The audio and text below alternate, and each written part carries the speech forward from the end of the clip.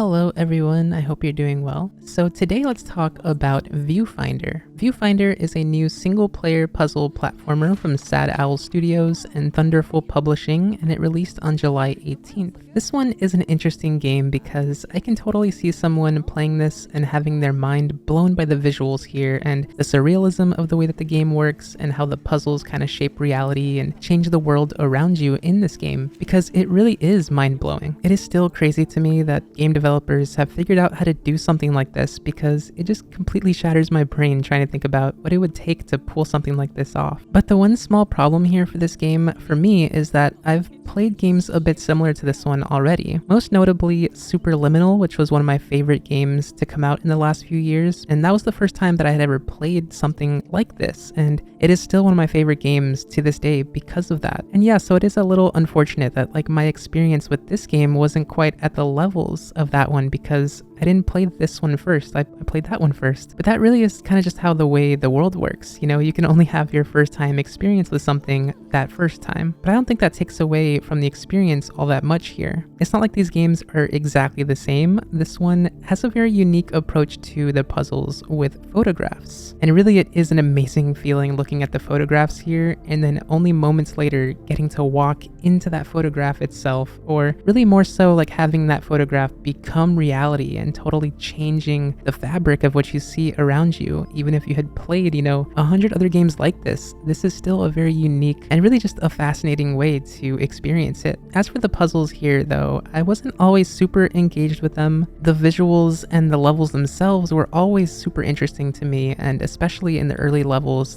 I was definitely blown away, like I said, but there was just something throughout this game that I felt like wasn't quite connecting with me as much as I wanted it to. Not necessarily like it was rushed, but still just kind of, lacking a little bit more, just a little bit further. If it had gone just an extra step, I think it would have really hit harder. And that was exactly how I felt about the story aspect here as well. I don't think it had as much of a punch that I was hoping for, and even with that impactful ending that it goes for, and I think it actually lands with that ending, I think it took a little too long to get there before really getting interesting and really getting me invested into it. But ultimately this game is still going to be about the puzzles first and foremost, and if you haven't played a game like this before, then I think you will absolutely love this one. And especially, of course, if you love puzzle games, and even if you don't, this isn't a super tough puzzle game that you will be frustrated with for hours and hours. This one is a bit easier, and it's also a bit on the short side. If you are someone who's kind of a puzzle phenom, then you might be able to finish this in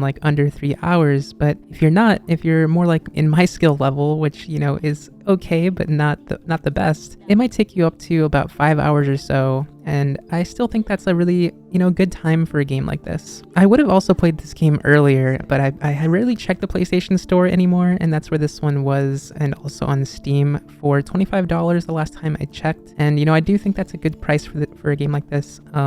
If this one looks interesting to you at all, I would say go for it. Give this one a shot. I think I would still recommend Superliminal more. If you had to choose something like this kind of a game, I think that one just stands out to me a little bit more. But if you do choose to go for this one, because the trailers make this look super interesting, I think it actually lives up to those trailers. I think this game is as cool as it looks, and that's really saying something, because again, those trailers kind of are stunning. The only possible issue here I could see you having is an issue I had, which was performance wise, and I was having a bit of frame rate issues, and I always just kind of don't know what to say about that, because I've been having that issue just across the board, and I don't know if I hear about that all the time from other people. So I do think I'm having some kind of issue on my side, so hopefully that's not, again, a widespread issue, but I do want to point it out just in case that is, not just me that's dealing with that. But yeah, that is Viewfinder.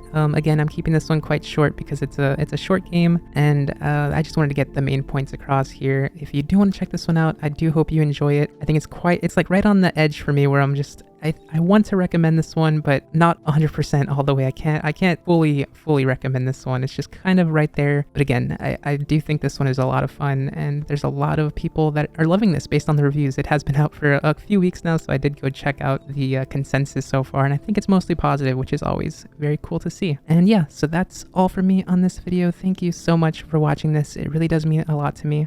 I hope you're all doing well out there, wherever you are, and I hope to see you all in the next one. So until then, everyone, take care.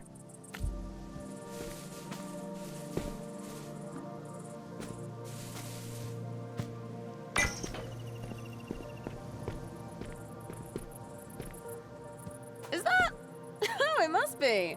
A photocopier? I'll test it out.